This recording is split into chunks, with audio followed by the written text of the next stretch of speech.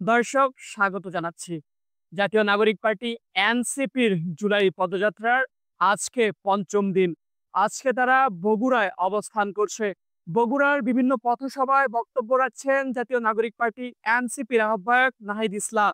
বিভিন্ন গুরুত্বপূর্ণ বিষয় নিয়ে তিনি জনসাধারণের সামনে বক্তব্য রাখছেন। ঠিক তেমনি একটি জনসভার বক্তব্য নিয়ে আজকের আমাদের এই ভিডিও। এনসিপির আহ্বায়ক নাহিদ ইসলাম বলেন, গণ অভ্যুত্থানের পর আমরা বলেছি নতুন বাংলাদেশ লাগবে, নতুন সিস্টেম লাগবে। পুরনো খেলায় আমরা অংশগ্রহণ করব না। চাঁদাবাজি ও সন্ত্রাসের রাজনীতিতে আমরা নেই।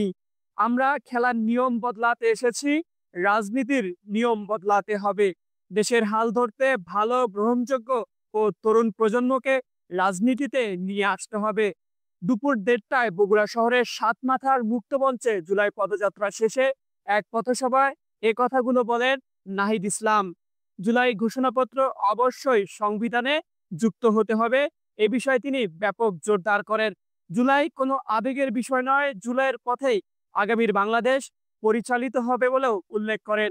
এছাড়াও আওয়ামী লীগের প্রতি ইঙ্গিত করে নাহিদ ইসলাম বলেন, মুজিববাদীরা পলাতক, তারা ভারতে পালিয়েছে। কারণ এটি বাংলাদেশের কোনো দল ছিল না, বরং এটি ছিল ভারতীয় পার্টি। তিনি আরো যেমনটি বলেন, গণ অভ্যুত্থানের পর বাংলাদেশ আর কোনো বিদেশি শক্তির ইশারায় পরিচালিত হবে না। নির্বাচন, রাজনীতি সবকিছুই নির্ধারণ করবে এদেশের জনগণ। তিনি বলেন, আগামী ৩ আগস্ট শহীদ মিনারে নতুন বাংলাদেশের শপথ হবে, ঘোষণা করা হবে জুলাই ঘোষণাপত্র।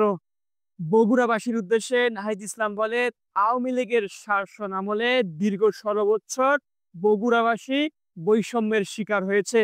বগুড়াবাসীর নাম শুনলে চাকরি দেয়া হতো না, বরং হয়রানিমূলক বিভিন্ন মামলায় তাদেরকে আটক করা হতো।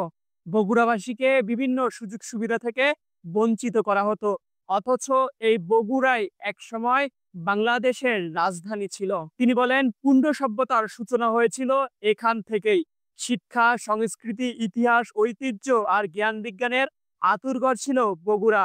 আমরা সেই পুরনো ঐতিহ্য ফিরে আনতে চাই, বগুড়ার উন্নয়নে কাজ করতে চাই। এনসিপি কোনো বৈষম্য চায় না।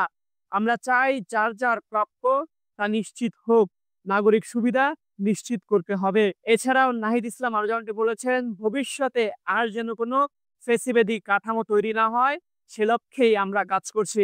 আমরা চাই আপনারা সকলে ঐক্যবদ্ধ হয়ে আমাদের কাজকে আরো বেশি শক্তিশালী করুন। ফ্যাসিবাদ মুক্ত একটি বাংলাদেশ প্রতিষ্ঠা করতে আমাদেরকে সহায়তা করুন। দর্শক, নাহিদ ইসলামের এই বক্তব্যকে আপনারা কিভাবে দেখছেন অবশ্যই কমেন্টস করে জানাবেন। ধন্যবাদ। আল্লাহ হাফেজ।